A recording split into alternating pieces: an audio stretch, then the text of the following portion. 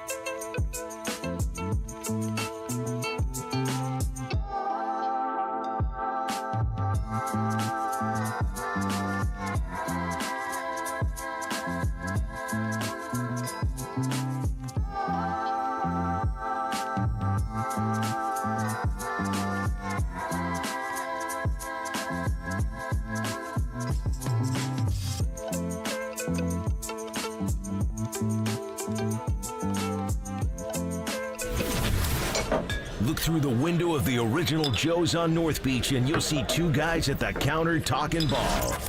Time for you to listen in to their conversation. Marty Laurie and the SF Chronicles' Bruce Jenkins are looking through the window of baseball. Sponsored by Original Joe's of North Beach and Westlake on KNBR 104.5 and 680, the sports leader. All right, nice to have you back with us as we get ready for baseball today. We bring in Bruce Jenkins. Bruce, good afternoon to you. Hey, Marty, what's going on? Well, we got the Yankees in town. JD is with us. Of course, Sandra, we're live at 58 Social. Hi, Sandra. Hey. Yeah, and there it was last night. Boy, you know, I always say you can't script baseball, and here's Aaron Judge, and the fans are booing him. The Yankees are here. You know, only the third time since the park opened, and his first time at the ballpark.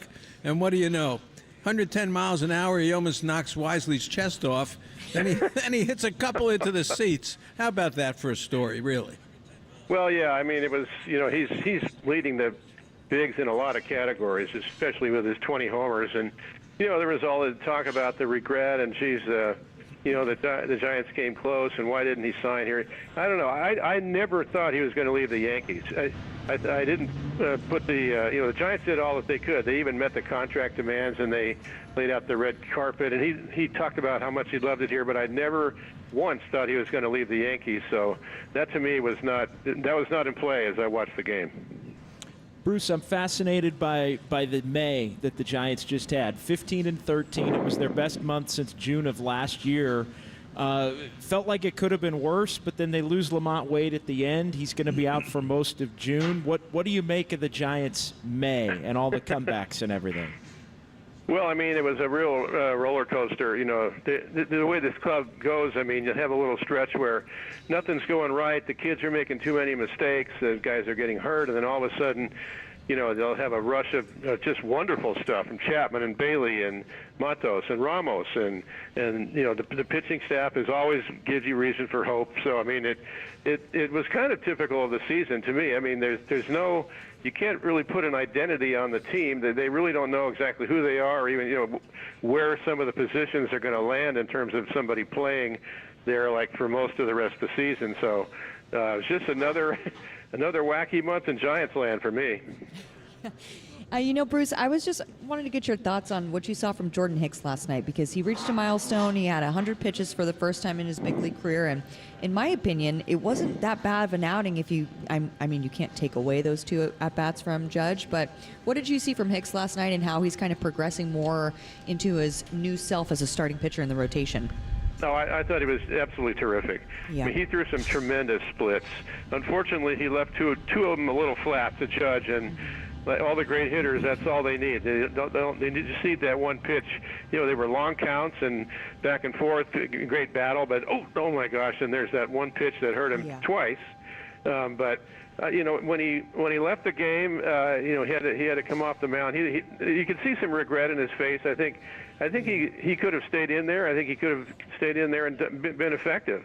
You don't expect him to go 9, but the 100-pitch thing, it's kind of annoying at times, especially when a guy's got his good stuff. And Judge was the only guy who was really seeing him. But bottom line, I think Hicks was great and very encouraging. He's been fun to watch all season. He's definitely taken to being a starter. What did you think of Harrison the other day getting into it with Harper?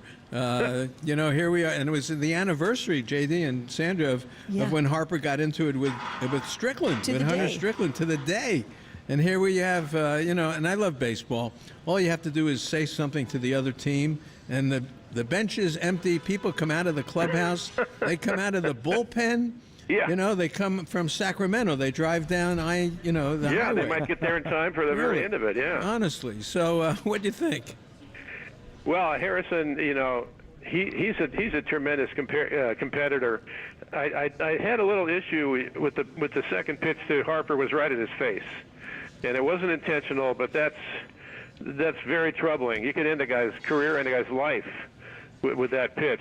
And it wasn't intentional, but Harrison afterward, he was not apologetic. He goes, "Listen, that pitch probably got away from me, but I'm a competitor. This is the way that I pitch. It's the way I'm going to continue to pitch." And I hope it sets a tone for the team. And it's sort of Bumgarner-like, this guy. I mean, he goes out there and takes charge. He's not afraid to take on the baddest ass guy on the other team, which he did right there. And I'm 100% in favor of Harrison, but you don't want to have too many of those pitches at the head, and the next thing you know, your reputation changes. But I don't expect that. No, and the other part of it too, Bruce, isn't it? Just it's the fact that after the first one, Harper really started jawing at him. So I think it became, well, you're not gonna jaw at me and almost try to punk me in this ballpark. I'm gonna come right back in. Now you don't want to hit somebody in the head in doing that, but right. He wasn't gonna back down in that moment. Yeah, that's and Bumgarner was like that too. I mean, he'd walk off the mound. You want to go right now? What's your problem with me? Harrison's got a little more composure than that. But this kid is just starting out. And he's it's not like he's going out of his way to make a big show of his that he's not intimidated. This is just the way he pitches, and he's going to continue to pitch that way. And it's a fun turn when he comes up in the rotation. I'll tell you that much. Well, and here's we love the baseball story. Tonight they hand the ball to their guy, and that is Logan Webb, who's pitched great here. I think I said 35 innings, 4 earned runs given up here, no home runs, and he's got to pitch a game tonight against a very tough team. Yeah, is Stanton in the lineup for the Yanks?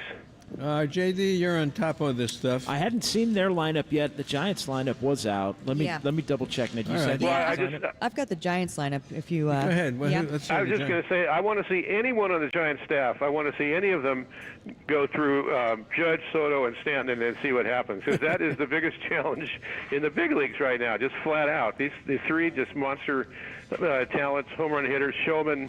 You don't go to the bathroom, don't get a hot dog, and well, I mean, Webb against Judge alone is going to be a treat, as well as Soto. That'll be fantastic, because Soto's got the great eye and Webb's got the great control. And I just hope they throw Stanton in the mix. Hope he doesn't hit one of those 128-mile-an-hour rockets off the Chevron cars. Yeah, and that was something, too, that I saw from Hicks, to go back to him real quick, is that he went through like a 10-pitch at-bat with Soto, and then you got Aaron Judge coming up right after that, and he handled himself really well. So I thought that was a really good sign from Jordan Hicks last night.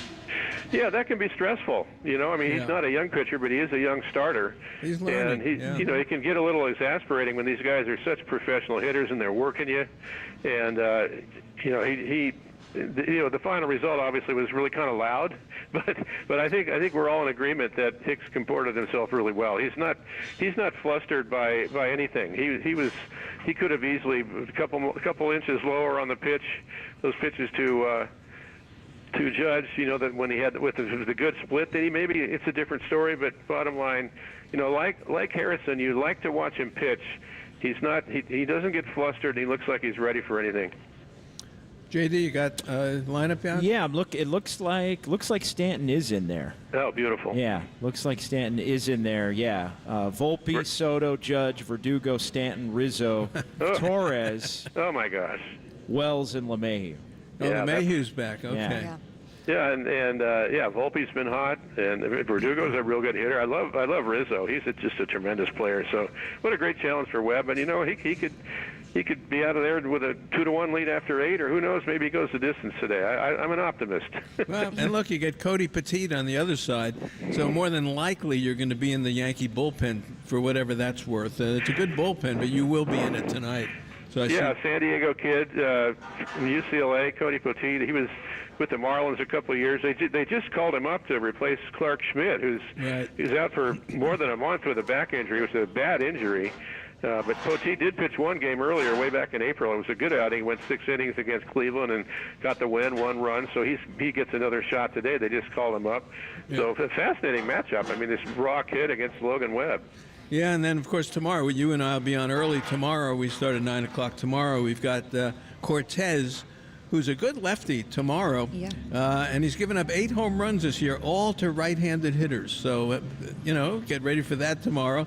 And then Blake Snell comes back tomorrow, so we get another chapter of Blake Snell. So we'll talk about that one in the morning. Yeah. But, Bruce, the Giants Community Fund is having the Junior Giants Glove Drive going on now. It's giantscommunityfund.org. $30 donation. You can get a kid a glove, very important. You get a Jung-Hoo Lee pin or a 1980s Giants logo pin, and you can donate here at the ballpark or online, as I said, at giantscommunityfund.org. Now, my question to you, do you still have your first baseball glove? I do not have it. My parents' house burned to the ground in a fire. That's right. And I had my crucials with me up here, but this is down in Southern California. I lost that, and some baseball cards would be worth a fortune today. I can't even think about that. And my high school yearbook, so the old Rawlings glove, I do not have. I do have a glove that sort of stemmed off the Junior Giants program. Dwayne Kuiper is very, very big on gloves and seeing who contributes what, and he gave me. I was in the booth one night and I saw this old glove from like the 1940s. It was like 4 fingers and some of the webbing's missing, but it's got this fantastic pocket. He goes, "Well, take it home and pound the ball in it for a while." And I still have it, and I pound the ball in it every night. It just feels so good. Talk about going back in time, but that's a really good promotion. Yeah. Every kid needs a glove. It's important. Oh, JD, did I ask you this about your glove? You know what? It's funny you mention that, because my dad is cleaning out an old storage unit that he put a bunch of stuff in, and like just within the last couple of months, he'll send me photos of all this random different stuff and an old glove. I don't know if it was the first one. It might have been the second one but one that I used a lot as a kid and even into high school. And he's got it. He's got it. Now, when I grew up, and as Bruce says, you had a name on your glove. Yeah. You know, it was so-and-so. Did you have a name on your glove? I think it was Roger Clemens. Roger Maris? Roger Clemens. You took the mound, you were immediately a hothead with a glove. You're a wild man guy. That actually plays, Bruce. That plays. You're getting thrown out of the game. All right, Yeah. you and Piazza. Terry Cooney got you. Yeah, you and Piazza do that. Yeah. Well, you know, Bruce, the other thing I wanted to mention, this game in Rickwood is coming up June the 20th, and we celebrated last night at the ballpark Black Heritage Night. Bob Kendrick was here from the Negro League Baseball Museum, was here. Condoleezza Rice was here last night. Fascinating stories about Birmingham and the Black Barons where Willie played. This is going to be a big deal June 20th. It's a tremendous promotion, but in the history of baseball and just race relations, Birmingham is in the middle of a lot of stuff. Well, oh, yeah. I mean, a lot of great ball players came from there. The Birmingham Barons were one of the really storied teams of the Negro Leagues, and you know, Mays was just a kid. He was just out of high school, barely, maybe even in high school. I mean, he's playing with these old veteran guys, Piper Davis, who saw this kid who's probably, you know, he's more talented than all of them, and they're sort of guiding him through the big leagues, through life, really. You know, Willie Mays, you know, 17 years old or whatever he was, but that just the whole history of that franchise is great. I was looking into that after the last Field of Dreams game. I started looking in. We were talking about what if they could play in a Negro Leagues park. I actually wrote a piece on that about a year before they actually started talking about Rickwood and getting it together. I just wrote it out of nowhere and called the guy who runs the operation. He goes, "Yeah, we could have it here," but Osler wrote a fantastic column, and it's so crucial to me when we're sitting here watching that game. We don't want to see a gigantic video board in center field. We don't want anything like that. You want to, if you're there, you want to walk in and feel like it's 1948. I'm serious. They can't dress it up too much, and I hope they don't. In any case, it's going to be a wonderful occasion, and people will know what it means, and that'll be the overriding, tone of it. But I do hope that the visuals are good. Well, Condoleezza Rice was here last night and said some very interesting things. One, of course, she grew up in Birmingham, which I didn't know, and that her mother was an English teacher at Fairfield Industrial School and was Willie Mays' English teacher in the 9th grade. And her father was a football coach at that school. Willie, I think, played a little football till they said, no more football because you're going to be a baseball player. Yeah. And he was the athletic director and football coach at that high school where Willie Mays went to school. How about that? That's great stuff, great connection, and just so great that Willie's still with us. You know, the connection remains, and so many people have stories about him, and you know, some of the stories go back, you know, decades upon decades, and then you have something like this that you never knew, and it's wonderful. It's all a very, very heartwarming thing. Yeah, one other thing that she said last night, of course, about Willie, and Willie told me this. When he would go on you're right, Bruce, he was a 10th grader. Come on, the guy was a 10th grader. Yeah, exactly. Playing center field at Rickwood Field with some of the toughest players ever to play baseball, and I'll say even Major League Baseball. Oh, yeah. And he would go on these trips to other cities, and his assignment was he had to write an essay about the city that he went to. And what he saw then is probably Condoleezza Rice's mother who gave him the assignment. Mrs. Ray. Mrs. Ray. Oh, my gosh, that is the best. So that was it. That was the story on that. Go ahead, Sandra. Yeah, you know, Bruce, just kind of keeping on Rickwood, what do you think that the impact that Willie Mays' success in Major League Baseball had on the recognition and appreciation of the Negro Leagues in baseball history? Well, I mean, he was in the Negro League so briefly that he's certainly not remembered along the lines of Josh Gibson or Cool Papa Bell or Satchel Paige and some of these guys Ray Dandridge who gave their lives to the league year after year and really stand tall as they've incorporated the Negro League stats in with the Major League stats, which is a terrific thing. But that's the thing about when you start looking into Rickwood and Willie Mays and you realize, geez, this guy, this is where he started. And he was in high school, and I just think that everything that you learn that makes an impact on you, for me especially, you want to go research the Negro Leagues. You want to read more about it. I've got several books on that. I've got a book called We Are the Ship, which I highly recommend. But there's a whole bunch of them. Some of them are more colorful with the stories, that came down. Some of them are very factual with statistically. But in any case, I mean, it's just the more you know about it, the more fascinating it becomes. You wish there was more footage. You wish that there was a box score for every game. You wish there was a write-up you could read about every game, but that wasn't the case. That wasn't the country. These guys were lucky to be playing in a country where segregation was a matter of course. Well, So I'll give you one other little tidbit, and that is Bull Connor. And now, when we grew up, Bull Connor was known as the biggest racist sheriff in the country. Quite a distinction. Of course, yeah, really. In Birmingham with the marches, he turned the fire Yeah. hoses on and the dogs and all that. Yeah. Bull Connor got his start in Birmingham at Rickwood Field as the radio announcer and the PA announcer at Rickwood Field. And Really? And he parlayed that into recognition to then run for public office, and that's how he got elected as finally the sheriff. Yeah. He was the voice of Birmingham baseball at Rickwood Field. Not the guy you'd handpick for it if you knew all about him, but yeah. How about that? Yeah, that's wild. That's wild. This is going to be something. Being at Rickwood Field, the history of what went on in that field. They would have KKK rallies there, and the next week they'd have a Birmingham Barons game going on. Yeah. It was crazy. All right, let's talk a little more baseball. Let's end it on this one, Bruce. Lou Gehrig. Of course, the Yankees are in town. I love this tidbit of baseball history on today's date. Listen to this, JD. Remember Wally Pipp?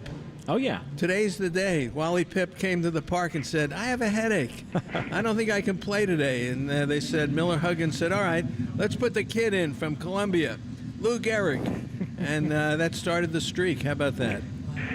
Yeah, it's funny. It goes through all walks of life, really. Somebody will say, I got Wally pipped. Yeah. Geez, I fell and broke my ankle. I'm out of work for 2 weeks. I come back, and somebody's doing it better, and they say, we don't need you anymore. You got Wally pipped. But I will say Wally Pipp is not a tragic story. I mean, he had to move on. He went to the Cincinnati. He played 155 games the next year.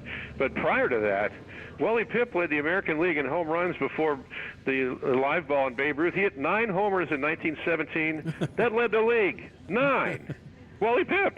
And he hit 19 triples one year. But anyway, I mean, Lou Gehrig, this streak that he started and finished 14 years later.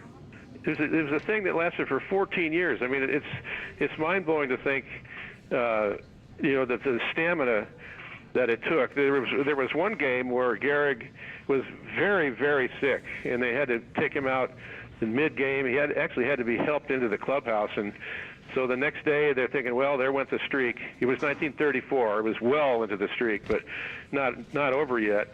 But the next day he showed up and he goes, I got to give it a shot. So the manager, Joe McCarthy, he listed him at shortstop and leading off. So he's the first guy you see. He comes out. Sure enough, he spanks a single, but he just that's it. They took him out for Red Rolf, and he goes back to his hotel room. I love it. That's baseball. Yeah. That's exactly why we love it. All right, Bruce, have a great afternoon. Plenty to talk about tomorrow, so we'll talk to you tomorrow morning. Okay, see you guys. Thanks a lot. Thanks, Bruce. All right, that is Bruce Jenkins. How do you like that story, JD? Incredible. Love Bruce. He's always got between the two of you, it's like learn something new every time. I love it. Yeah, I just listened to what he says about life and all that. But this glove drive is very important. My son, Aaron, got his glove from Ron Washington. Oh, wow. Wash gave Aaron his glove. Yeah, cool. he He never made an error again. He was very good with it. I think he still got it. Evan got a cat. He was left-handed. He used my glove because I'm a lefty, but he got a catcher's glove. Evan did the fantasy camp with Bill years ago, and I did as well. And Evan was a catcher. And Mark Davis, remember Mark Davis, the Cy Young Award winner? He gave Evan a left-handed catcher's glove. Wow. Which he still got. So gloves are special. Gloves are special. That's why what we're doing here with the Junior Giants glove drive is very important. All right, more coming up. Ricky Ricardo Yes, Ricky Ricardo next, right here on the Sports Leader. Talking baseball with Marty Laurie on KNBR 104.5 and 680, the Sports Leader. Fans, when I came up for FanFest, I had a great time, and the reason why, I stayed at the most unique hotel in San Francisco, and that is the Hotel Via, located directly across the street from Oracle Park. It's just a walk from the Via Hotel right into the ballpark. I loved it. It's family owned and operated. It was the first hotel built in the fastest growing area of San Francisco. And of course, we're talking about Mission Bay in the South Beach neighborhood. It's got premier private event space. The rooftop at the Via Hotel is a great place to have a meeting, an event, and just a beautiful view of the ballpark in downtown San Francisco. It's at the intersection of sports, entertainment, and technology. For more information, visit hotelviasf.com or call 415-200-4977. Or you can email them at info@hotelviasf.com. Staying at the Hotel Via is an experience you don't want to miss.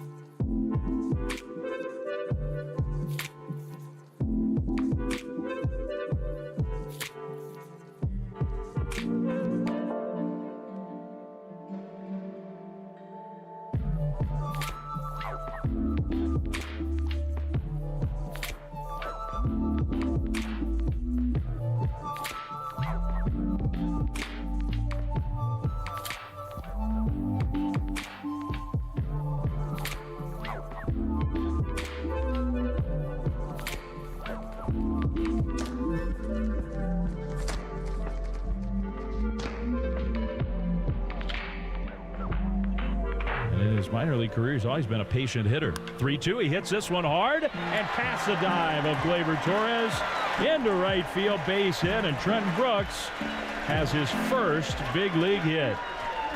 Well, congratulations to him. He's a guy who earned it.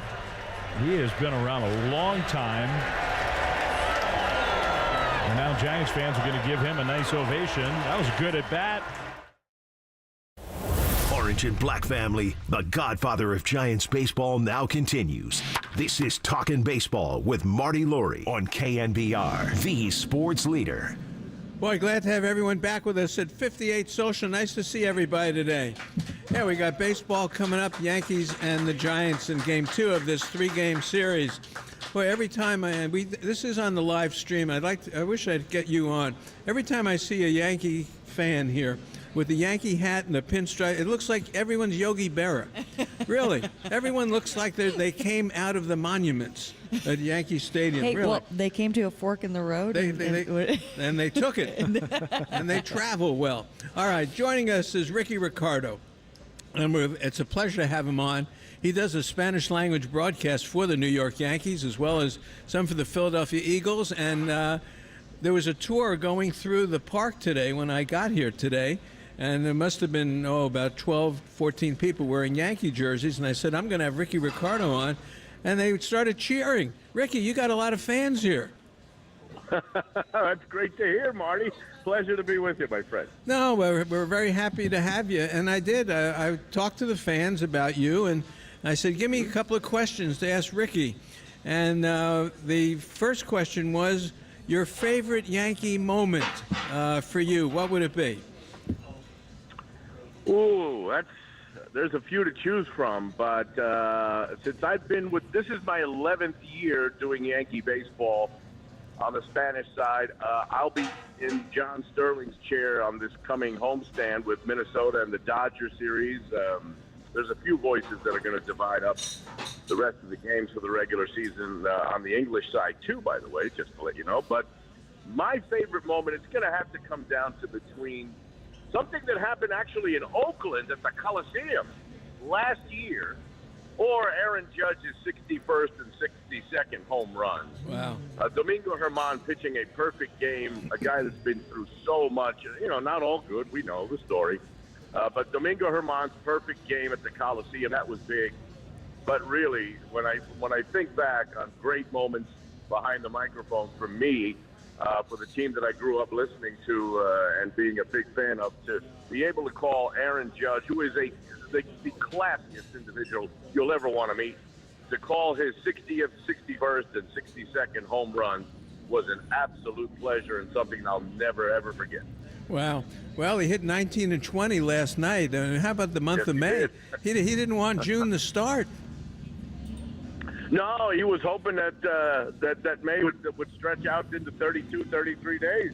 He had an incredible month, all kinds of Yankee records for extra base hits, 14 home runs in 28 games in the month of May. So hopefully he doesn't cool off. Look, he's right there at home. He's from Linden, California, a couple hour drive away, I guess, from the ballpark. So he's right at home. He's got a lot of his family and friends in the ballpark this weekend. So I'm looking for him to stay hot. Ricky, how has it all clicked for the Yankees this year? Why has it clicked? 40-19 after fourth in the AL East last year, and 82-80. I mean, Aaron Judge is obviously a huge part of it, but how has this team come together to be as good as they've been here the first third?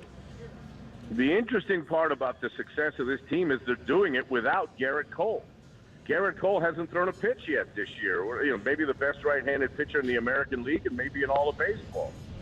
Luis Gil, the youngster that has filled in for Cole coming off of Tommy John surgery, by the way, has just been incredible. He's been a reincarnation of Pedro Martinez, his fellow Dominican. He's just been fantastic. The starting pitching has been great. The ERA, I think, is only second maybe to Philadelphia in all of Major League Baseball going into the action tonight. They're taking games deeper than, at any time in Aaron Boone's tenure as Yankee manager. I can't ever remember starters going into the 7th and 8th innings as often as they have been in these first couple of months of the season, which obviously gets your bullpen a little rest, and over the course of 6 months, you don't want to burn your bullpen out. But really, the piece that was missing, and look, it's obvious, but the piece that was missing that really stretches this lineup out and really brings a real attitude adjustment to this team, and why it had to be with another player, I don't know. I can't put my finger on it, but what Juan Soto has done to this Yankee lineup, it has re-energized guys like Giancarlo Stanton. Aaron Judge loves him, and, we all know what Judge can do over the course of 162 games. But Juan Soto brings an energy, a different kind of energy that was missing with this Yankee team in the clubhouse, on and off the field. He battles you in each and every at-bat. He battles the pitcher. He battles the home plate umpire. Sometimes he has a back and forth with the opposing catcher. Every Juan Soto at bat is a battle unto itself, and that is something that has spread amongst this entire team. It's a new, rejuvenated, clubhouse. It's a rejuvenated lineup, and a lot of that energy, I think, comes from number 22, Juan Soto. Well, I agree. I'll tell you this. We don't hear it very often from Hal Steinbrenner, but they want to re-sign him, and they're going to try to do it now. How about that? Well, that's going to be tough. He's got the best in the business representing him in Scott Boras. And, Boras had a rough offseason with some of his clients this past season. So, he's going to be a tough cookie to negotiate with. Soto is having an MVP caliber season so far. So, the number just keeps going up. You can hear that cash register just, keep cha-ching, cha-ching, cha-ching just about every night. We were in Anaheim during the week, and, Boras has, those seats right there, field level, right behind the on-deck circle. Every time Soto was in the on-deck circle, Scott Boras was 3 or 4 feet away, and it's almost as you could see the dollar signs just floating between back and forth between both those two guys on the monitor. So Hal Steinbrenner and the organization, I know, will do their best to be able to re-sign him, whether it's during the season or once he hits free agency, because he really, really has made a huge difference to this ball club. It's a big crowd, sold-out crowds, just about every night at Yankee Stadium. There's a new energy that I haven't felt in the last 3 or 4 years. Hey, Ricky, it's Sandra G here. I'm just wondering, I'm seeing Soto as playing much more relaxed, and typically, like the New York, it's the big stage, and the fans, maybe they're not going to be so kind if somebody kind of gets in a little skid or a slump or anything, but Soto looks like he's playing much more relaxed. And do you think that could have anything to do with, like, Aaron Judge having that captain position, having that role, allowing Soto to be a little bit more relaxed? And then what also can you say about Soto coming in and being number 2 in the batting order, and then you got to go and face Aaron Judge? Do you think Judge is going to be benefiting from seeing different pitches because you're going to have Soto that's in front of him there? Absolutely. They both benefit from each other. Even Anthony Volpe, who is, in his second year, is getting a lot of pitches to hit in the leadoff spot because he's got Soto behind him, giving him a little protection there. But to have Judge behind Soto, and then, whether it's Verdugo or Rizzo, if they want to go right, left, or Giancarlo Stanton. But absolutely, to answer your question, both those guys are feeding off each other's presence in the lineup. Soto is not the guy that everyone is depending on to carry the team every night, so he's playing very, very loose. I saw him arrive in Tampa at spring training, and from day one, they welcomed him with open arms. The clubhouse has been a perfect fit for Juan Soto, but in the lineup, he doesn't have the pressure every night of being the guy that has to carry the team. And on top of that, playing in New York for a superstar of the Dominican nationality. Baseball is king with the Dominicans. The biggest Latino community in New York City, and especially in baseball circles, are the Dominican fans. They've got so many great Dominican superstars in all of Major League Baseball, and they treat him like a king. And Juan Soto feels at home within the Dominican community in New York City. They've welcomed him with open arms. It has spread because he crosses over into every part of the fan base. But he is a king within his own people, and he has become a linchpin in that lineup. He has just been everything that this team and this organization needed going into the season. Boy, well said. Boy, great to have Ricky Ricardo with us, voice of the New York Yankees. Ricky, I saw Susan Waldman last night, and we were talking, and she said, one of your colleagues, of course, and she said something about Stroman. Yeah. She said, he's a New Yorker. He gets it. He gets New York. And I think you were just saying that in some sense with Soto. It's not easy to play in New York, but if you get it, you've got it made. Absolutely. Marcus Stroman's dad was a cop out on Long Island. He's a New York kid. He's got that edge to him. It maybe didn't work out as well as he wanted it to with the New York Mets, but the difference in fan base with the Mets and Yankees is very, very big in New York City. They may be 8 miles away, the two ballparks, in Queens and in the Bronx, but it may as well be 800 miles away because, that's how different sometimes being a member of each one of those organizations is. And Marcus Stroman is another guy that has fit in perfectly in that clubhouse. He's another guy that they're not depending on and putting pressure on. He's got other great arms in that rotation. He is loose. He's having a good time. You see him, with a smile on his face. They've eliminated the whole thing with a lot of the social media that may have caused him some angst in the past. They're having fun. They look like kids out there, just playing baseball like they were in Little League again. And it's very refreshing to do and to watch as a broadcaster. To do these games has been a lot of fun. And the difference, you can see it a mile away, just how much fun these guys are having playing a kid's game again. Boy, great to have you with us, really. I'll leave you with this one. This is a true story about this tour group today. When I said that you were going to be on, they got very excited. They all were like Rich Lieberman. They all started screaming, Ricky Ricardo, my God. The other question look, I'm glad you brought his name up because if I didn't, I'd never hear the end of it. Believe me, Rich Lieberman, thank you for putting me and Marty together. And it's like I said, look, he's a great guy, our mutual buddy, Rich Lieberman. But for all those, look, they're Yankees. Marty, you know this. There are Yankee fans everywhere. They're going to be all over the ballpark tonight and tomorrow. They'll go back to Oakland or Bakersfield or Sacramento, whatever the heck they're going to play in the next few years too. So Yankee fans are having a great time. The team is back. It's a powerhouse, and I think they're going to go deep into the postseason this year. Yeah, you're right. All right, here's the question. They want to know your favorite Yankee of all time. That was the other question. My favorite Yankee of all time. That's an easy question. Well, it's a tough answer because there's really right now no one that I respect and admire more than Aaron Judge. But the day the Yankees signed a guy named Reginald Martinez Jackson, I was in junior high school, and I watched, my formative years of watching baseball were the 3 homers against the Dodgers. It was the Bronx Zoo. It was Reggie and Thurman Munson. It was Reggie and Billy Martin. It was Reggie and George Steinbrenner. So forever for me, the guy for me wore number 44. You know him well in the Bay Area.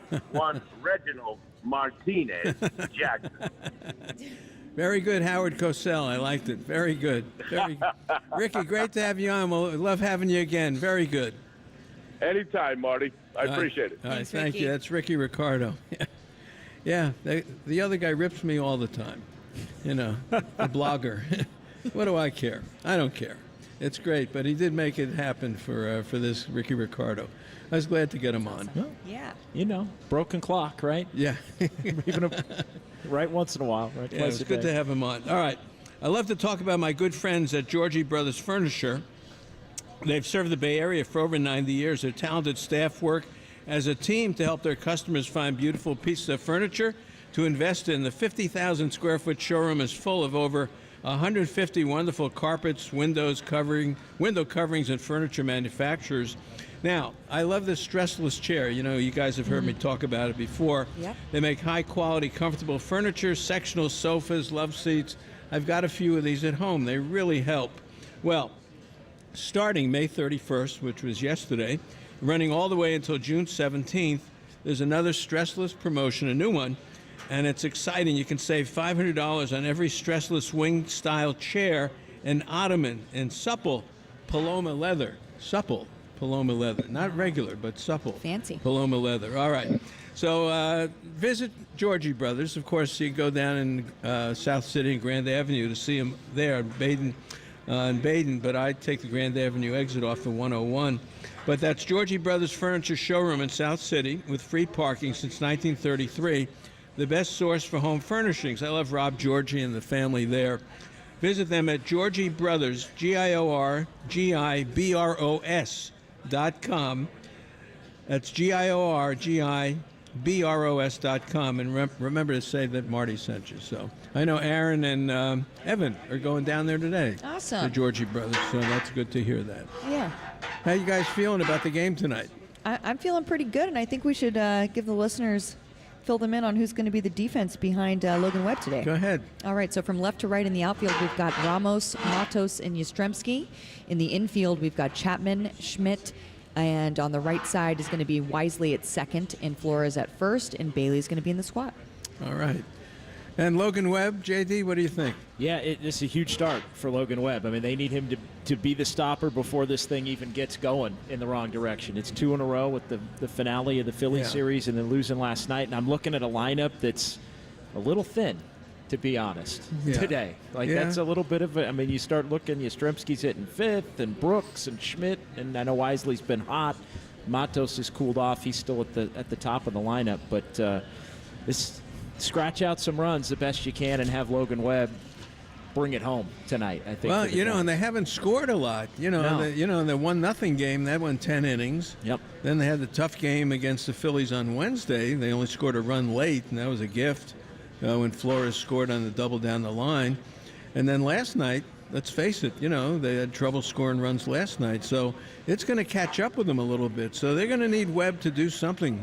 But they're going to have to scratch out some runs. You can't make defensive mistakes. Let's talk about that, about what this ball club's got to do in June, and what's good, what's bad, and what you can't do, and what you have to do. Yeah, and I think yesterday the Giants scored first in the game, believe it or not. If you guys remember, the Giants scored first in the game last night, and then unfortunately their Tyro got picked off at second base. There was some running mistakes on the bags. Bailey, he started to go to second, didn't realize that the ball was not going to fall. He had to go back to first. We got doubled up there. So I think if we can kind of clean that stuff up in a position right now where you're not going to have that Lamont Wade Jr. getting on base for you every single day and continuing that streak, that the Giants are still going to be in this thing. And I like to take a positive look at it and say, if they can clean up some of those mistakes, that they're going to be in it. And that error that with Rogers and Bailey and the play at the plate last night, 2 runs ended up scoring on that.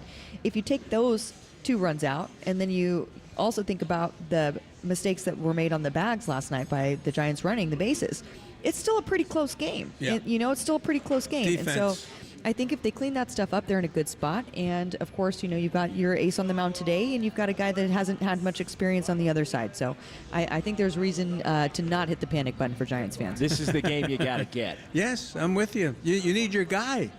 He's got to pitch his game tonight, which he's pitched great here. And look, it's a pretty windy night.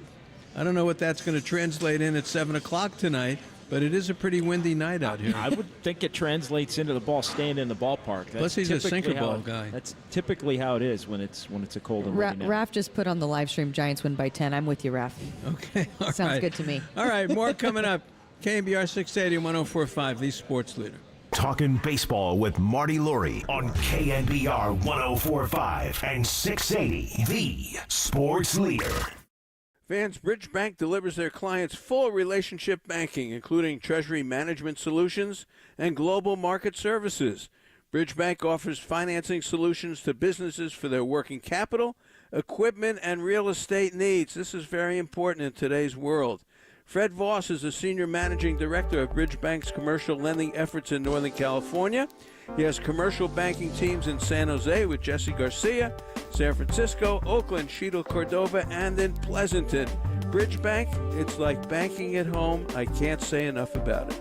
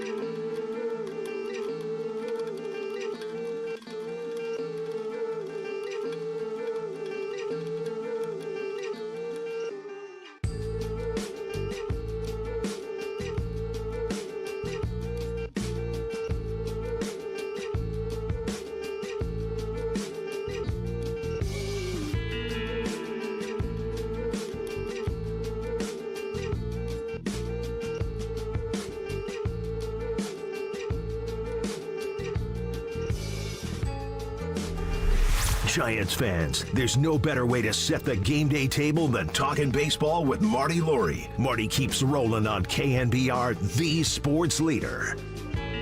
All right, great to have you back with us. How's everybody doing tonight? 58 social, very good. We still got our Yankee fan there, Yogi Berra, still sitting down there eating. Very good, I like it. You guys look good. And that's a pinstripe. Is that a Yankee shirt too? Wow, the blue one, very nice. Yeah, look, the Yankees are in town. And I said this, I hate to, go backwards, but 1962 still reverberates for me. Willie McCovey hitting the line drive to Bobby Richardson, Game 7. The World Giants Series. lose the World Series, 7 games to the Yankees, the vaunted Yankees in 1962. Candlestick. I'd like to pay them back. Just one time. Pay them back. Make them pay. Somehow. Yeah. And if the weather would have been different, and that all kind of boiled down to, Marty, the grass being so wet that the ball stayed in front of that right fielder, and then that's what kind of got the guy thrown out at third base. Well, he stayed at third, and that was Alou stayed at third. And Willie always said, if I was running, I would have scored. I believe it. And he probably would have. But that was 1962. Go ahead, JD. No, and I just the allure of the Yankees being here and everything, and I wanted to get it in just because you can say it for one more day. No team has played fewer games in this ballpark against the Giants than the Yankees. How about that? Incredible. Just the 2 series before this one, and 7 games now in the regular season. Tonight will be 8, and that'll tie, I think, the White Sox and Tigers for regular season. The Tigers had the 2 in the World Series, but these 2 historic franchises, they've gone to New York a lot and played in New York a lot, but seeing the Yankees play here, and I know it's going to happen every even year now till the end of time, but there is something a little more special, I think, about the fact that it was only 2007 and that the last Bonds year and 2019. Yeah. Let's talk a little bit as we wrap it up. Walter's going to take over in just a little while here. June is a big month for the Giants here. They're not at full strength. The pitching is getting maybe a little tired. The bullpen depth I like a lot. I thought Luke Jackson pitched very well this week. But this is, the injuries are going to start taking a toll, and you can't expect Ramos, Matos, Bailey, well, Luciano's gone right now, but you can't expect those guys to carry the ball club. Soler's got to do something. Chapman's got to get hot again. Estrada's got to do something. I wanted to say something. Flores has got to do something. Those guys have got to have a June.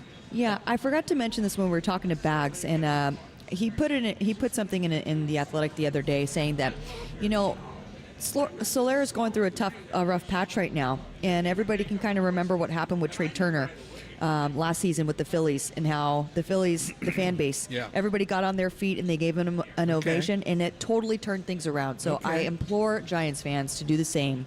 That when Soler comes up, he's not in the lineup today. They've got Brooks as the DH, but maybe that can kind of get him out of this little funk that he's in and really give him a warm welcome to San Francisco. What does that tell you? Trenton Brooks is a DH and not Soler. How about that? Said it's a regular day off, but come on. It tells you it's getting it tells you it's getting to the point where they're going to start playing him a little less. Yeah. If he doesn't, to back him off and hope that he clears his head and can come back and perform. Like you hit it. I mean, he's got to be the guy. Got him. And along with everybody else, Chapman's come along here these last couple of weeks. This is a little bit of a danger zone, as well as things have gone the last couple of weeks to get him back in it. You don't want to fall right back to where you were here over the next couple of weeks. Yeah. Good point. We don't want to be below 500 again. JD, thanks for coming. Thanks for having me. No, really appreciate anytime. it. Really enjoy having you out here. Sandra, good job as always. Thanks, Marty. Back with you tomorrow morning, 9 a.m. for us. Walter coming up with our Giants pregame, his Giants warm-up right here, live, 58 Social. Giants-Yankees tonight, right here on the Sports Leader.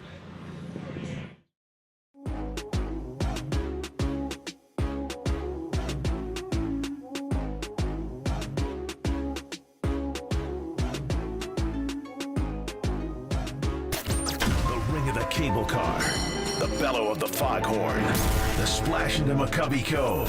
This one is on its way to the bay. That one is wet. And the sweet sound of Tony Bennett. Good! Into McCovey Cove in Willie McCovey style. High on a hill.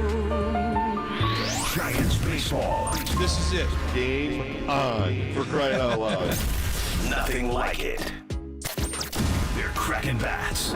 Swing. There's a long drive to right. It's headed for the bay. The third of the night. Popping gloves. Dropping a field at third. Double play.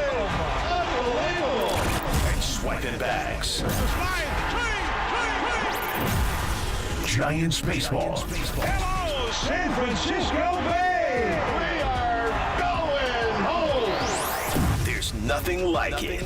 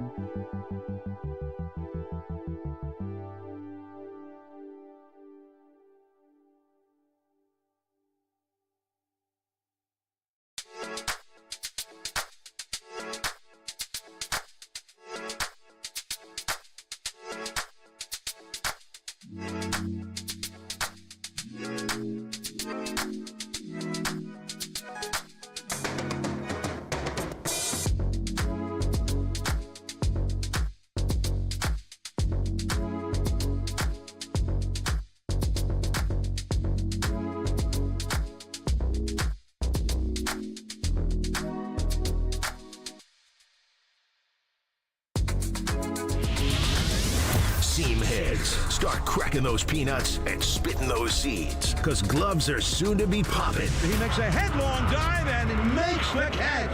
And bats are going to get cracking. Blast one, deep right field, gone! Welcome to KNBR's Giants warm-up.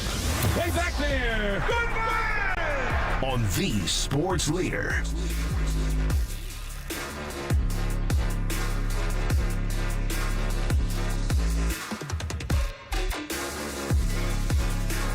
What's up, Giants fans, and welcome to the Giants warm-up show on KNBR, the sports leader. I'm Walter Ricardo, ready to take you all the way up to first pitch between Game 2 of the Giants and the Yankees. You got Logan Webb on the mound.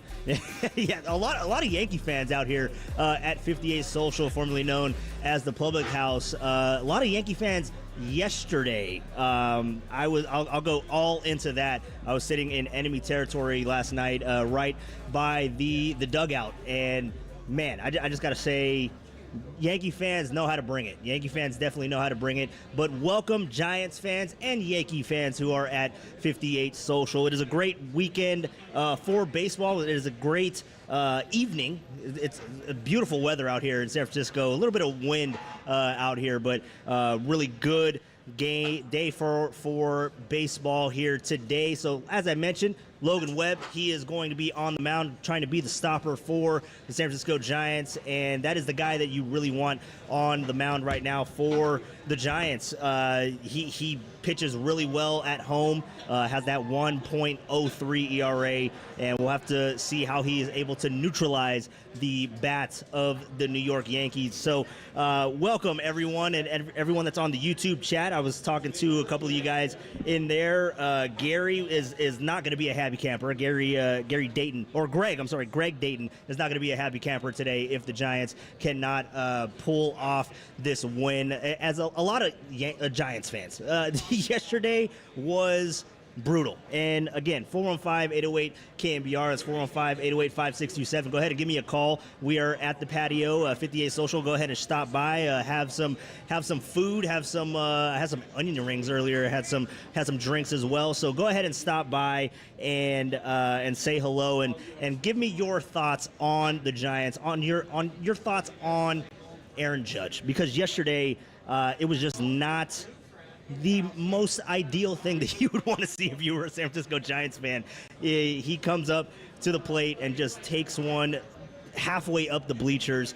And again, as I mentioned, I was sitting in enemy territory yesterday, and it was loud. It was loud. And I want to say, and I don't know if there was more Yankee fans than previously in the Dodger series, because the Dodger fans invaded San Francisco during that midweek series. It was a Friday night yesterday, but Yankee fans were out here in full force. And I don't know if it was because I was in enemy territory or not, but as soon as the ball cracked off of the bat of Aaron Judge, it was just apparent that was going out of the ballpark. Not the first one, the second one too was loud contact as well. So how are you feeling about that? To me, it was a little bit of the little bit of a stab to the side and a little twist to the wound a little bit there with Aaron Judge coming to San Francisco and putting on the show that he did. Because again, that's kind of, I'm sitting there watching the game with Giants fans, with Yankee fans, and it's just what could have been with Aaron Judge and the Giants. And I know you don't want to dwell on everything that transpired over the past few off seasons with the Giants not bringing in Aaron Judge, and maybe there wasn't an opportunity that he was going to come here, but it did feel real to San Francisco Giants fans. There was that moment John Heyman just teased us a little bit all those off seasons ago, but with Aaron Judge coming to town, and I mean, it is kind of a cool story. It is kind of a cool moment for Aaron Judge. I'm not saying that I'm rooting for the guy, but he was a Giants fan. He did grow up. He did come to this ballpark, and he pretty much talked about all of that later last night in the post-game show. Aaron Judge was pretty much just going through everything, talked about how he felt about playing at Oracle Park for the first time and going yard not once but twice. And this is what Aaron Judge had to say yesterday after his incredible start to the San Francisco Giants-Yankees series. That was great. Packed house, fans were rowdy. Had family and friends there, so it was fun. I wish I could have played in 19, and we saved it till now. Yeah, Aaron Judge was ecstatic to go ahead and bring home those 2 home runs against the Giants, and he shared what it was like playing against his childhood team. Yeah, I think it was rounding the bases. I kind of looked out to left field and being on those bleachers a couple times, and just brought back some memories. But it's a special place. Grew up a Giants fan. Love coming to games out here. So pretty cool being on the opposite side, being on the field now. So again, hearing that and what could have been with Aaron Judge coming to town with the New York Yankees. But 808 KNBR is the number 415-808-5627. Go ahead and give me a call. I want to know anyone that is coming to the game. Are you going to continue to boo Aaron Judge? Are we past that? Because it looked like he just relished at the opportunity to shut down the opposing fans. It felt like he fed off of that energy that the San Francisco Giants crowd was bringing to him. But 808 KNBR is the number. How furious were you yesterday when Aaron Judge went deep, not once, but twice? And then also, just focusing the conversation off of Aaron Judge, how are you feeling about the San Francisco Giants team right now as we look to the calendar flips to June? And the Giants, I mean, the month of May did not start off the way that Giants would have wanted it to, with a lot of the injuries coming in that first month or first week of the month of May with Patrick Bailey and with Jorge Soler, and there was just injury after injury. And today you look at the lineup, it looks anemic again. I mean, you're kind of looking at this lineup up and down. Where is this offense going to come from? Because you know that the Yankees are going to bring it every single time. They have power 1 through 9. They have guys that can hit homers left and right, and that's what we saw yesterday. I mean, it was the Aaron Judge show. He had 2 of the home runs. It had 4 RBIs, 4 of the 6 runs that the Yankees scored yesterday. So, but that's not to say that the rest of this Yankees lineup aren't thumpers. I mean, they have a lot of home runs. I want to say they're in the 80s, 86, 80, 87 on the season, where you look at the Giants are in the low 50s. So the Giants are going to have their hands full today with the Yankees in town with that offense. And again, where is that offense going to come from with the San Francisco Giants? When you look at this lineup, I'll go ahead and go over the lineup right now, and we'll just kind of discuss. So leading off, it's Luis Matos. He is in center field, and batting second, you got Wilmer Flores at first base. Patrick Bailey is behind the dish, batting third. In the cleanup spot, you got Matt Chapman at third base. Mike Yastrzemski is batting fifth in right. Elliot Ramos is in left, batting sixth. Trenton Brooks is the DH today. That's kind of interesting as well. Trenton Brooks at the DH spot.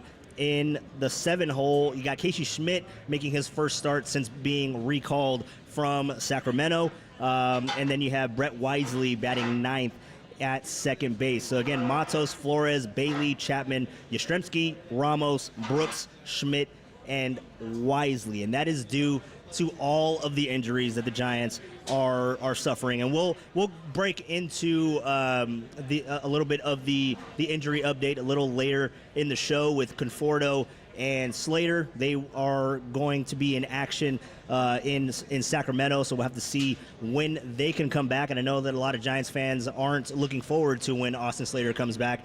But at this point, when you look at this team, they need offense to be generated somewhere, and you have to start looking around. I mean, Lamont Wade Jr., him not being in the lineup, it is troublesome, because I mean, you look at what the Giants have done since the injury to Lamont Wade Jr. They have not scored a lot of runs. They've only scored 4 in the game since the injury. I know that they were able to win that game against the Phillies, that first game on Memorial Day, with Blake Snell on the mound, and Blake Snell's on the mound tomorrow to close out this series.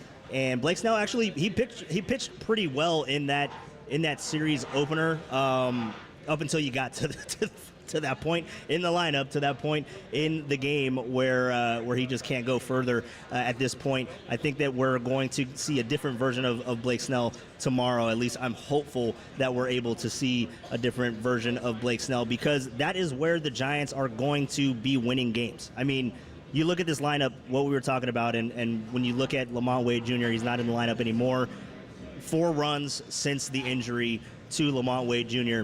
And, I mean, you know, he wasn't the prototypical first baseman that everyone would want to see, but he was a on-base machine. He got on base 45% of his at-bats. That is an incredible number. And what you have to realize is when Lamont Wade Jr. gets on base, that changes the at-bat for who comes behind him and how the approach is for the opposing pitcher. So when you get guys on base, it changes the mentality, it changes the at-bat, and just quite frankly, the Giants right now don't have that on-base machine. I mean, you look at Luis Matos, and everyone wants to talk about Luis Matos in the fact that, you know, he had an incredible start to his Giants journey this year, and I still think that there's something there with Luis Matos, but it's just not, he's not cutting it right now. He had a fantastic start when he came in for Jung-Hoo Lee, and he had a great start when he came in for Jung-Hoo Lee in that Dodgers series. Actually, he didn't have a great start to the Dodgers series. He had a ball that he misread. I think it was off the bat of Freddie Freeman that went over his head, and he had a bad first step. And then you kind of look and, oh man, this guy on the defensive side was not looking up to par. But then that Wednesday happened, and that's where everything clicked, and that's where the confidence was coming from Luis Matos when he robbed that home run from Teoscar Hernandez. So then you start to see the trajectory of the confidence with Luis Matos. It was through the roof, and then he has those 6 RBIs and the 5 RBIs. But frankly, right now, he's in the leadoff spot, and that is by necessity. He is in center field by necessity. They need a center fielder, and he's batting leadoff, which I don't think is a strong suit for Luis Matos at this point in his career. And it's a hard ask to have a young guy like Luis Matos be tasked to be that on-base machine, and he has struck out a lot in the leadoff spot since he's gotten that opportunity. But we'll have to see how the Giants fare against the Yankees starting rotation, which has been the story of the Yankees to this point. I mean, the Yankees have to be. You know, we were kind of thinking about the Giants, and we were thinking about the Phillies, who just came into town earlier this homestand, as those were the best teams that the Giants had faced to point. I think that the Yankees are definitely the best team that the Giants are going to see this season, at least to this point of the year, because the Yankees are just hitting on all cylinders. They have a solid bullpen, and that's because that they're well rested, because their starters are able to go 6-7 innings. It's just incredible. They had a 17-game streak to where their starter went 6 or more, and it was broken up right prior to them coming to San Francisco in Los Angeles against the Angels. So it's going to be really interesting to see how the Giants can fare. But again, Logan Webb is on the mound for the San Francisco Giants.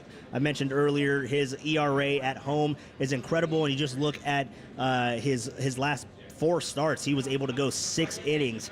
6 innings in his last 4 starts, 6 or more. And those include road starts, which was a problem at the beginning of the month. But again, 415-808-5627, how are you feeling about the Giants? Are you coming out to the ballpark? Are you going to boo Aaron Judge? Do you want to give him that fuel again? Because again, yesterday it did hurt a little bit. It did hurt a little bit. And man, he hit a foul ball that went into the Cove. And I was sitting there with Derek Papa. We were watching the game on the first base side right there, right near the dugout in enemy territory. And when that ball that he hit foul went into the Cove, I was like, man, if he goes oppo into the Cove, I might leave early. So 415-808-5627, what are your thoughts on the San Francisco Giants? The calendar turns to June. The sun is coming out. The sun is in my face. It is a beautiful day for baseball, and the calendar turns to June. But coming up next, we will be speaking with Jeff Young of Around the Foghorn. We're going to be talking about the San Francisco Giants and how they have got to this point, and if this is what we've seen in the past 3 weeks, because right now they are going through a little bit of a slump offensively. Credit to Lamont Wade Jr., but what we've seen in the last 3 weeks, is that the peak of the San Francisco Giants, or is there another level that they can get to? We'll get to Jeff Young on the other side. You're listening to the Giants warm-up show on KNBR 104.5 and 680, the sports leader.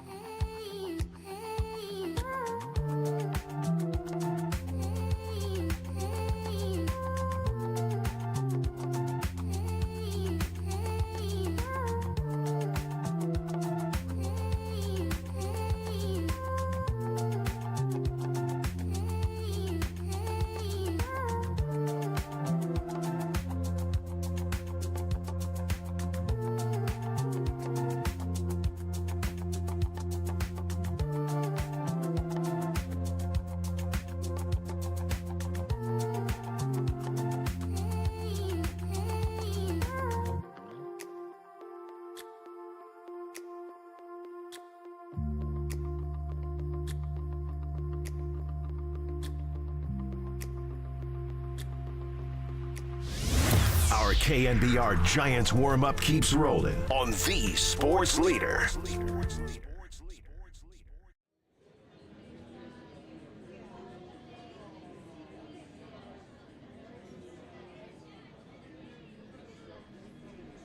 All right, welcome back to the Giants warm-up show. We are live at 58 Social, formerly known as the Public House.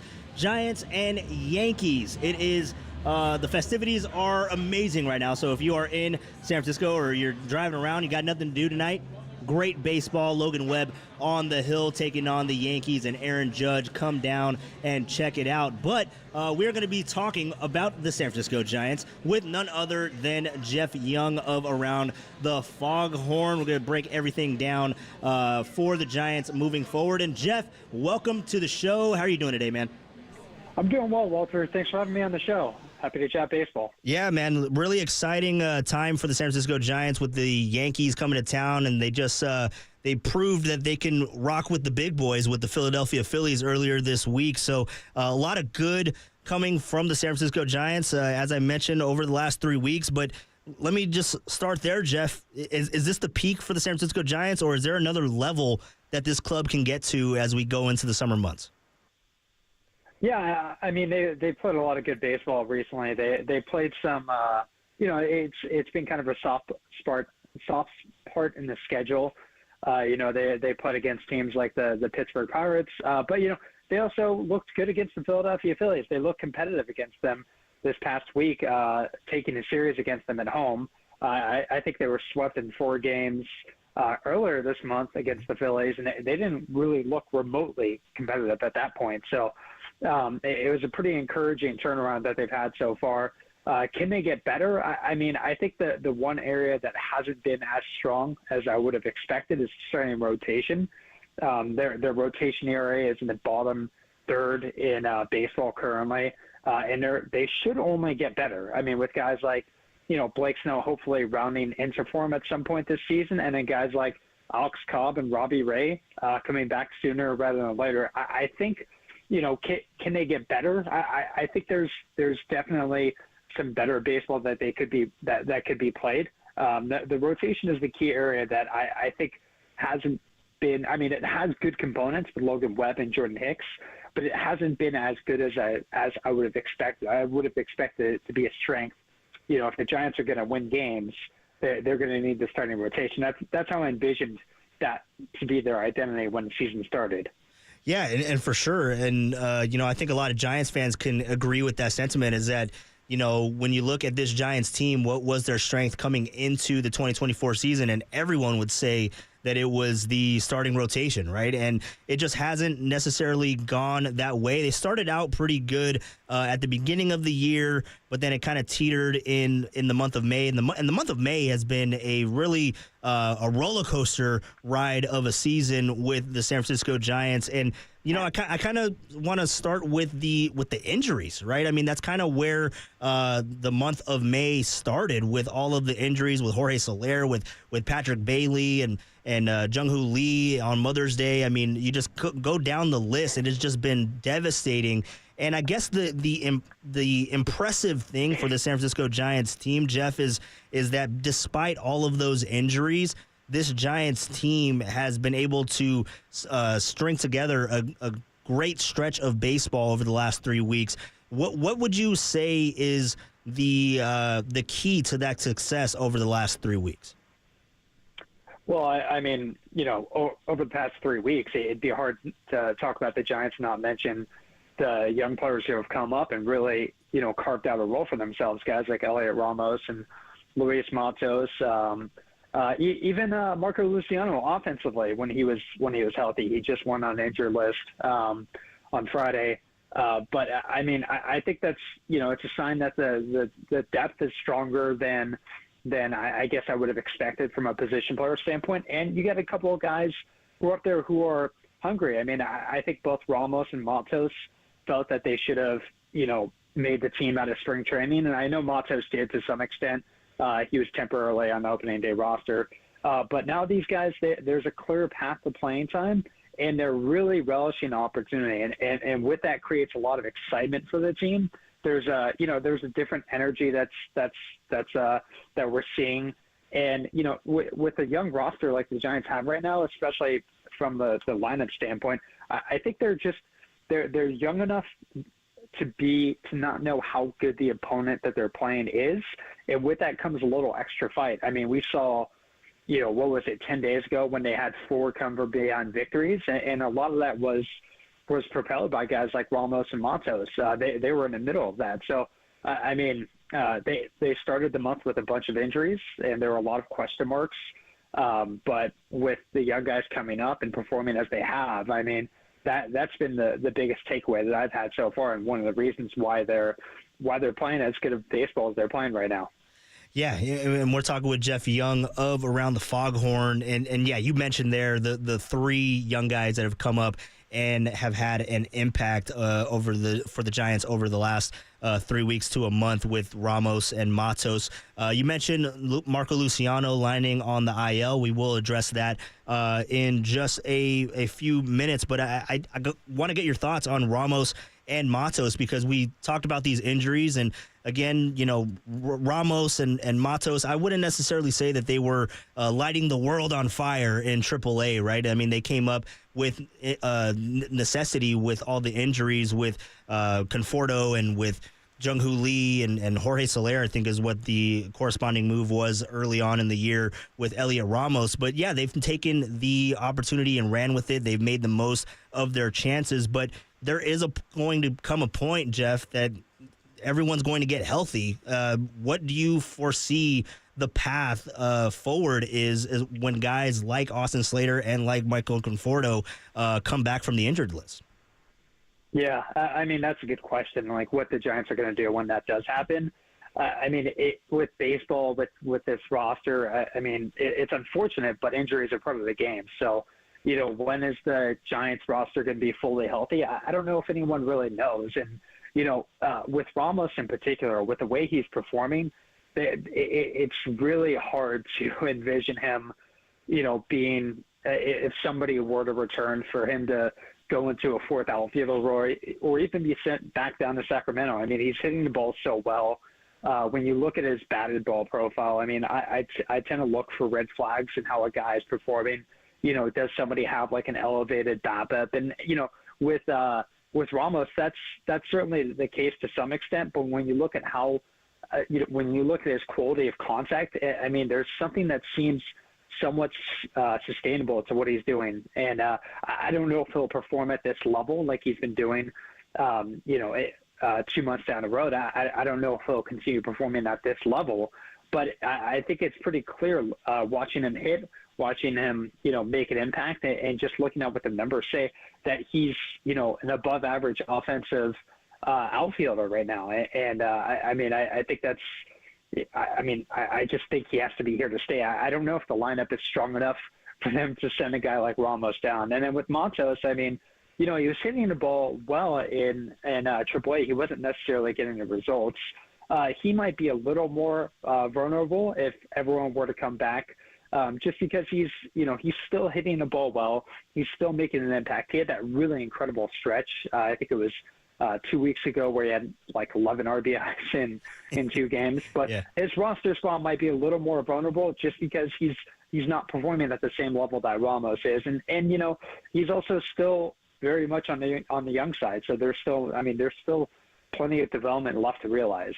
Yeah, and it's interesting, too, when you look at Matos, just as far as how valuable he is to this team, right? When you look at Jung-Hoo Lee going down and he's out for the year, the need was center field, and that's where he's been playing majority of the time that he's in the team. And it's also that he's hitting leadoff. So, again, that's kind of like a need, because if Matos isn't hitting leadoff, well, then who else can do that? Like that's going to be a really interesting dynamic when we get to that point in the season when guys start to come back from the injured list. We're talking with Jeff Young of Around the Foghorn. And speaking of guys that get injured, and injury is part of the game, as you mentioned, Marco Luciano. He is someone that just landed on the injured list on Friday. And Marco Luciano, it's really interesting to look at what he has done as a youngster on the San Francisco Giants team. Now, everyone is is frustrated with the struggles of his glove, but his bat has been actually looking really good. He's been putting together solid ABs, and just the fact that even with those struggles, he's able to stay mentally strong and put together strong at-bats. You like to see that, especially in a young guy. But when you move forward, I mean, you know, Casey Schmidt gets called up, and Nick Ahmed is going to be coming back at some point as well. Is there going to be a path for Marco Luciano to return to the Major League roster after this stint on the injured list?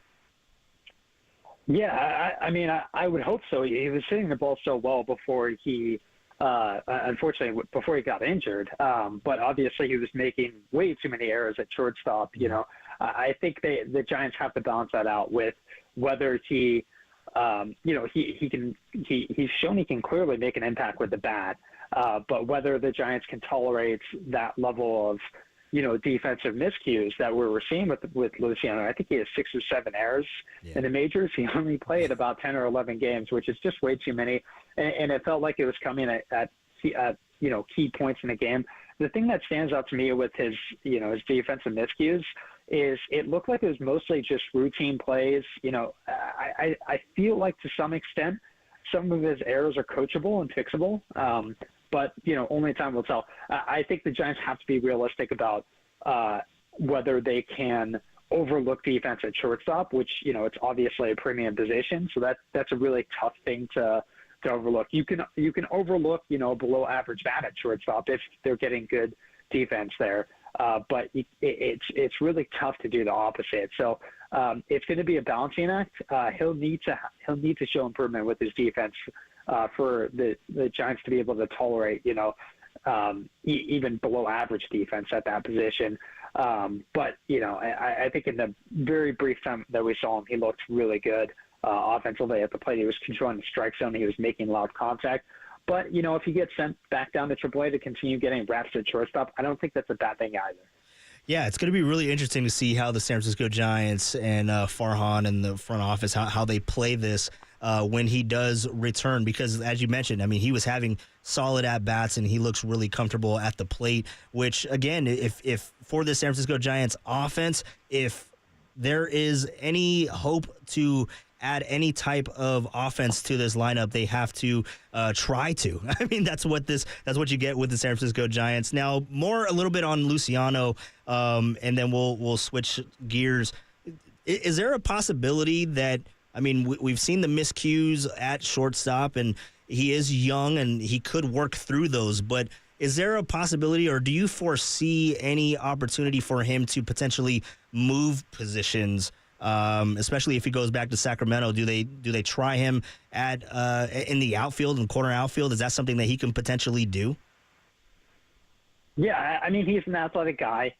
He's young. He has relatively decent speed. He has a strong arm. I think, you know, a corner outfield spot is something that, with experience, with practice, he could probably pick up pretty easily. I mean, going from shortstop to any position is going to be, you know, I mean, it's pretty much every position besides catcher is going to be easier compared to shortstop. So I think there's a possibility that he can translate or transition to a different position.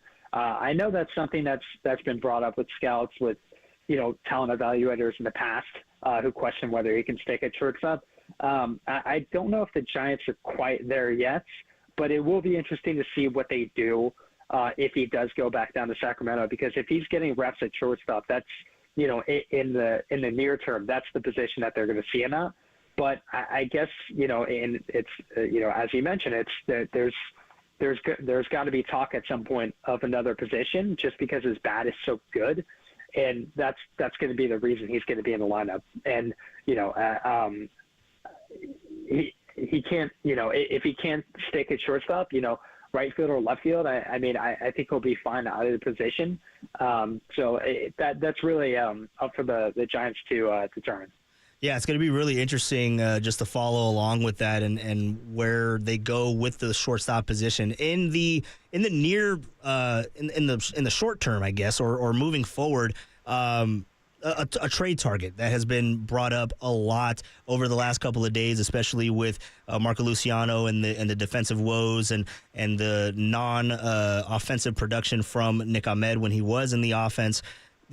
Everyone is talking about Bo Bichette. What are your thoughts on Bo Bichette? And I mean, should the Giants, one, do the Giants have the assets to make that type of trade? And two, would they actually pull the trigger on someone like Bo Bichette? Yeah, to answer your first question, I mean, there have been plenty of times in the past where the Giants have been connected to a top target, and I just don't know if they have the prospect capital to make a move. I don't think that they're in that position anymore. I think they do have the prospect capital to acquire a guy like Bo Bichette, who's under team control, I think, through the next 2 seasons after this one. So, or 1 season after this one, sorry. But yeah, it's going to require a lot in terms of, talents to go to the Toronto Blue Jays. But, with that being said, I know the Blue Jays are off to a rough start. I don't know if they're motivated to move either Bo Bichette or Vladimir Guerrero Jr. yet. They could be sellers at the deadline, but they'll probably be trying to ship off their expiring contracts. That's not what Bichette and Guerrero Jr. are this season. But I just feel like they're going to try and retool for one more season with these guys while they're under their rookie contract, because that's what teams typically do. I mean, it's really hard to pull the plug and determine that a team's going to sell and trade off its assets. So I just, could the Giants make a trade for somebody like Bo Bichette? I think they have the prospect capital to be able to do so. I don't know if I'm there yet in believing that the Toronto Blue Jays are going to be sellers at the trade deadline and trading off guys like Bo Bichette or Vladimir Guerrero Jr. But that remains to be seen. I mean, if they really have a bad 4 or 5 week stretch, that could really change the front office's mind and force them to act.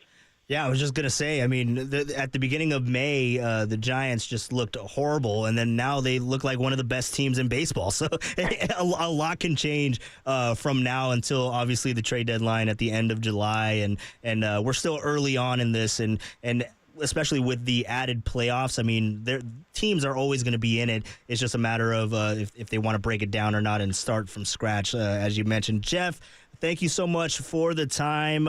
Yankees and the Giants are at it this weekend. I do have to ask you a quick question on the starting rotation, as we did mention, talk about them earlier, how that is a strength of this Giants team, or it was expected to be a strength of this Giants team. And Logan Webb will be pitching on Saturday in the weekend series, and you got Blake Snell as well.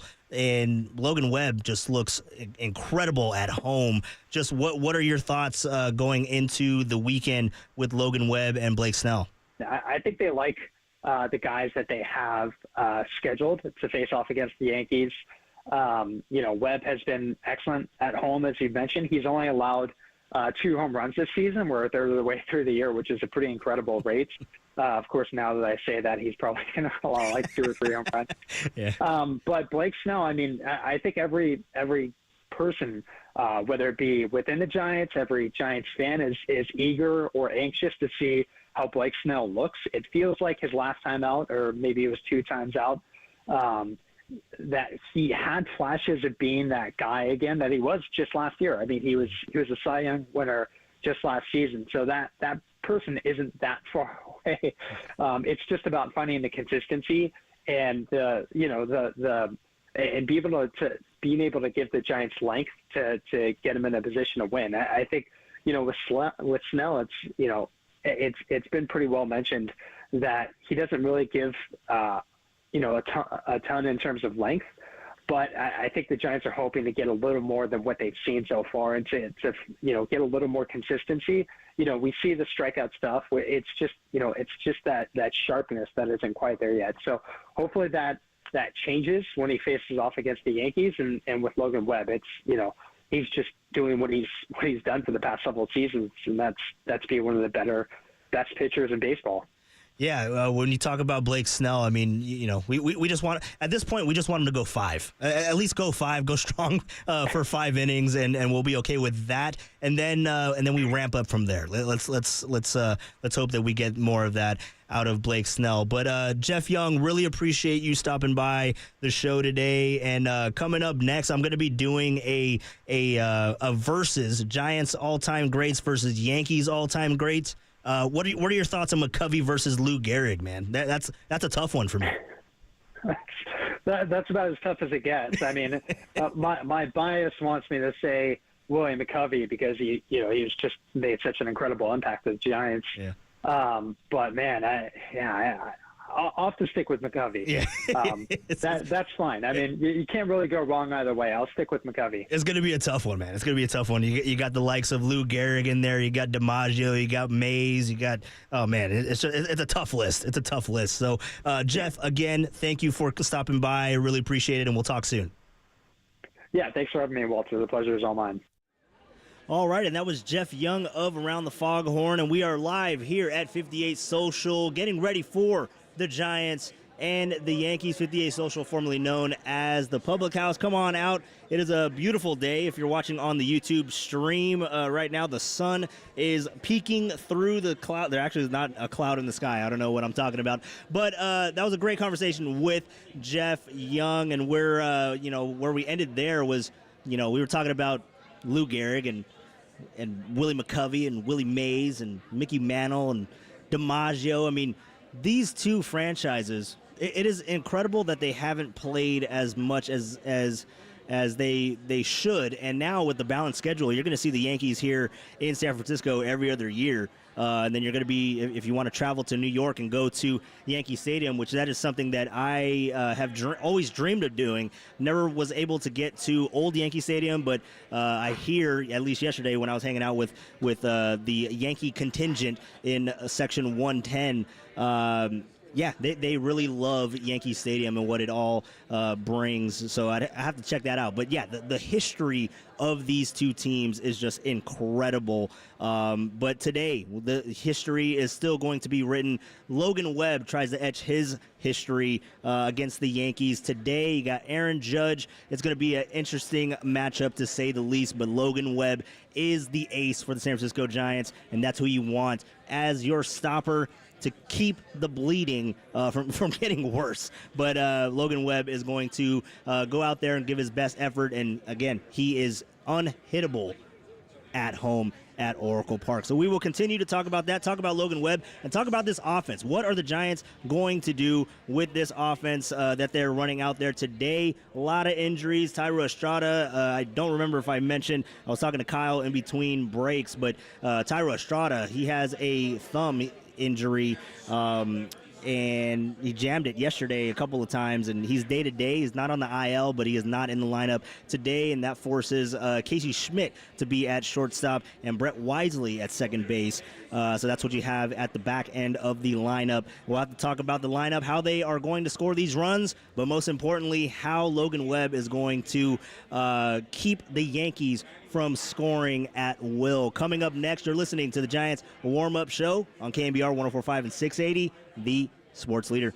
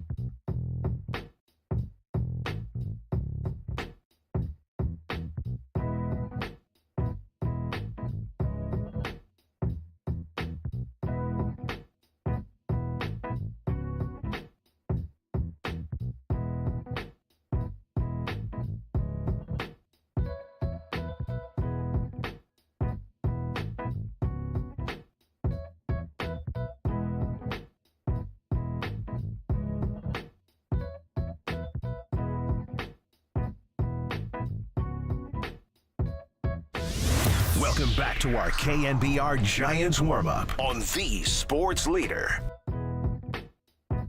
Feet wide apart, opened up stance. 2-0 pitch. Swing, and he hits a high fly ball into right center. Into shallow right center. In now on the run. Soto makes the catch. Tagging is Chapman. Here comes the throw. He slides and he swings. Great throw by Soto. And that was a close play. And I'm sure the Yankees are going to check it in the video room. At the moment, the Giants have a 1-0 lead. Welcome back to the Giants warm-up show at 58 Social, formerly known as the Public House. And there you have it. That was the Giants scoring on that sac fly, the first run of the game. But that was runs would be far and in between for the San Francisco Giants last night against Marcus Stroman. Hopefully they are able to string together some solid ABs to get some runs against the youngster for the Yankees, Cody. What's his name? Cody. Oh man, I forgot it. I forgot his name. I got to look it up. But the Yankees and the Giants. Logan Webb is on the mound, and it's Petit.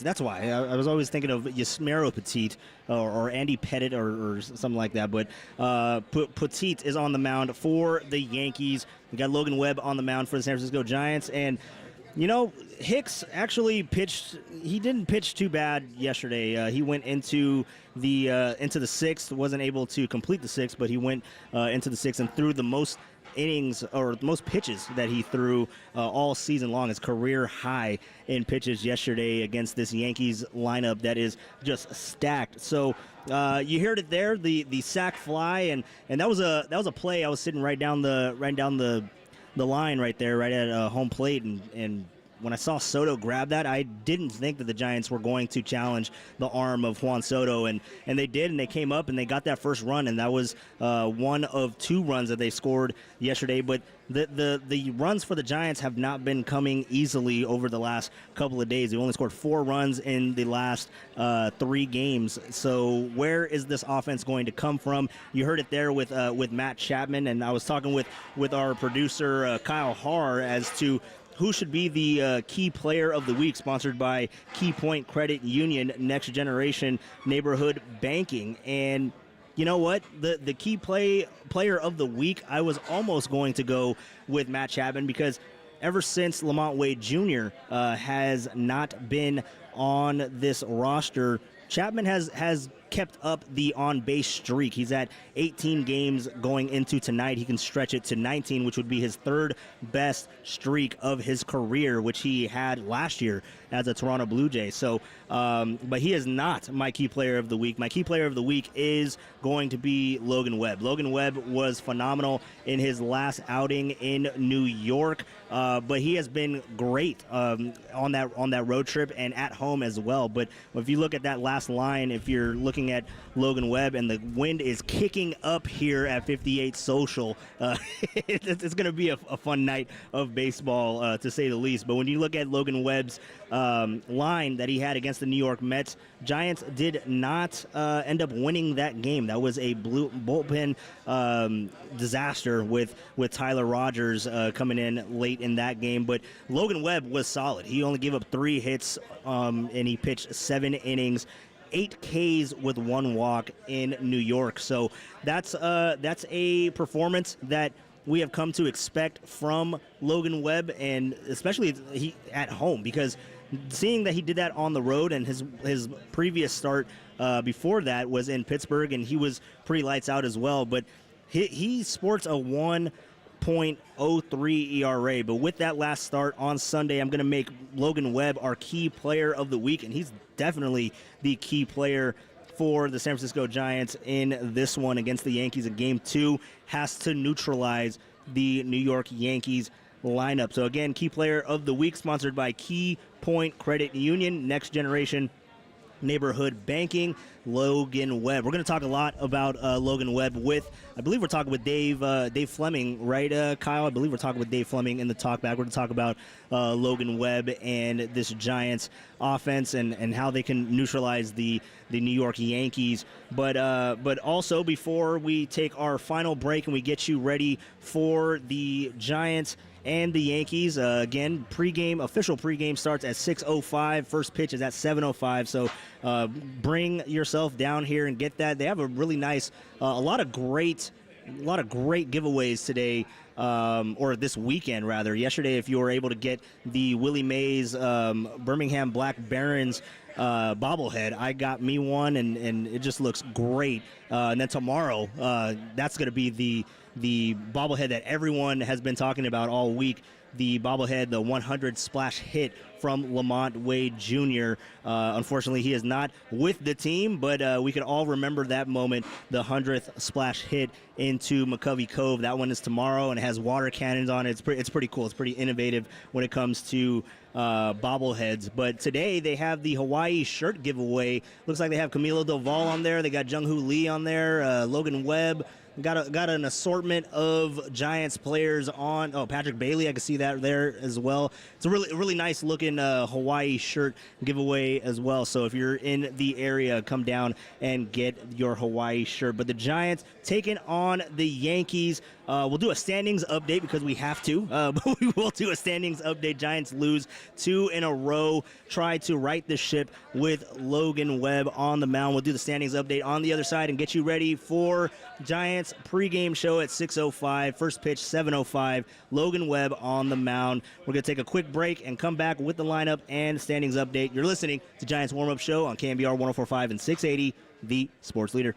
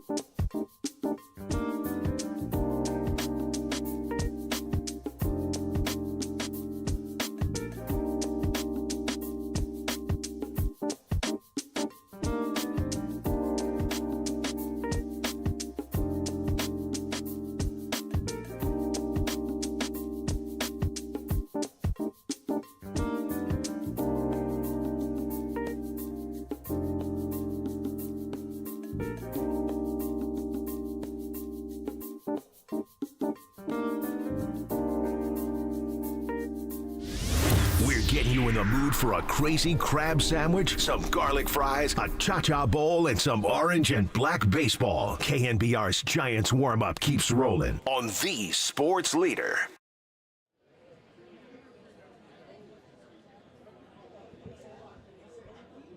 All right, welcome back to the Giants warm-up show as we get you ready for Giants pregame show in about 2 minutes. This is the pregame show. Then we have the Giants pregame show coming up at 6:05. Going to be talking with Dave Fleming and all that. But Giants and the Yankees, Game 2. Logan Webb tries to right the ship for the San Francisco Giants. He is virtually unhittable at home. He has not given up a home run at home.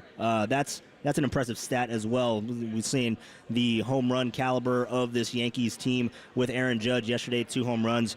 Like to neutralize that threat today with the changeup from Logan Webb. But let's go ahead and do a quick standings update sponsored by the Alameda County Probation Department. Visit joinacpd.org today for a career that matters. So if you look at the NL West, the Dodgers are in first place, 36-23. They did lose yesterday against the Colorado Rockies, so hell yeah, go Rockies. You have the Padres sitting in second place, 32-29. They're currently 5 games back of the Dodgers, and the Giants 1.5 games back of the Padres at 29-29, still at 500. Let's stay afloat. Let's not sink below that today. You got Arizona right behind the Giants, 26-32.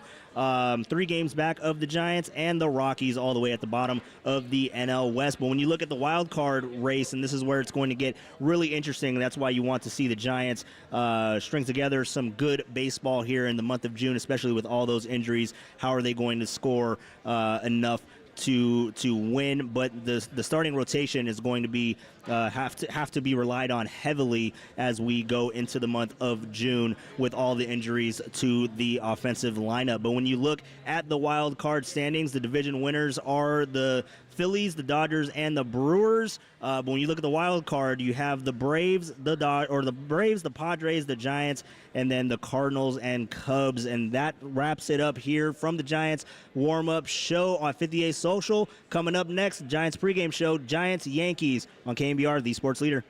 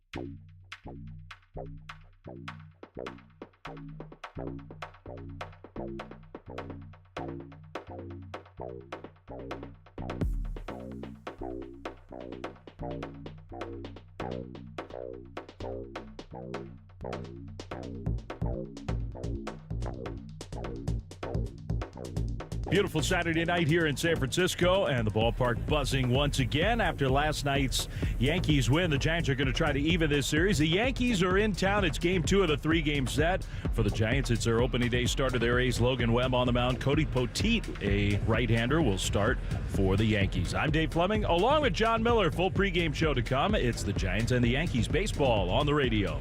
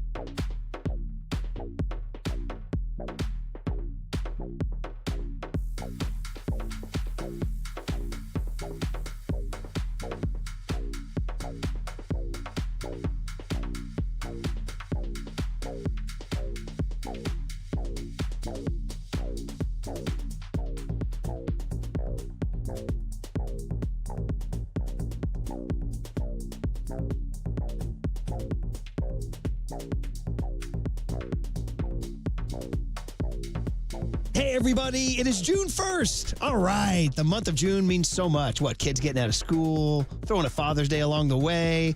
We will not say the words June swoon. We'll say June boom, even though it doesn't rhyme. And let's start off with a good one. June 1st, 2008. Now, not the most decorated year in Giants history, but this is a fun game. Giants were trailing the San Diego Padres 3-1 going to the bottom of the 10th. Oof. No ghost runner, kids. We're at AT&T Park, and Hall of Fame closer Trevor Hoffman's in, so I'm not feeling too good. But Ray Durham gets a base hit. And then do you guys remember a guy named Brian Horwitz? Because quite frankly, I don't. What's up, Brian? He got a base hit. And then Omar Vizquel lays down a bunt. Shout out Bruce Bochy with a sac bunt. And then Fred Lewis comes to the plate as a pinch hitter for a brief Giant lefty named Alex Hinshaw. And take a listen. 3-2 pitch on the way. Lewis swings. It's a high drive. Deep right field. Brian Giles back. Still going back. It's off the wall. And that's going to tie the game. Durham is in to score. Horwitz around third. He's going to score. Over to third is Lewis. It's a triple. And the Giants have tied it against Hoffman and a chance to win it right here. Lewis, a 2-run triple, and this is a 3-3 game. Great call from Dave Fleming. Good old loud crowd at AT&T Park, as they were calling it back then. And how about the kid Horwitz scoring? He only had 36 at-bats as a Giant, 42 plate appearances. He was a Cal Golden Bear. Shout him out, Brian Horwitz. Hey, an intentional walk to Randy Wynn follows, and then, well, here he comes, the late Jose Castillo. And sometimes, kids, you just got to put the ball in play. Runner from first goes, a swing, a ground ball to shortstop. And the game is going to be over. Gonzalez never makes a play. Lewis comes in to score, and the Giants have won it 4-3. Just hit a roller, baby, and have Fred Lewis score. And the Giants get an improbable 4-3 win over the man who is second in Major League history in saves. Yeah, Mariano Rivera, 652, Trevor Hoffman, 601. He would have had 602 if he could have closed out the Giants on June 1st, 2008, but he didn't. And this has been Brian Murphy with this date in Giants history.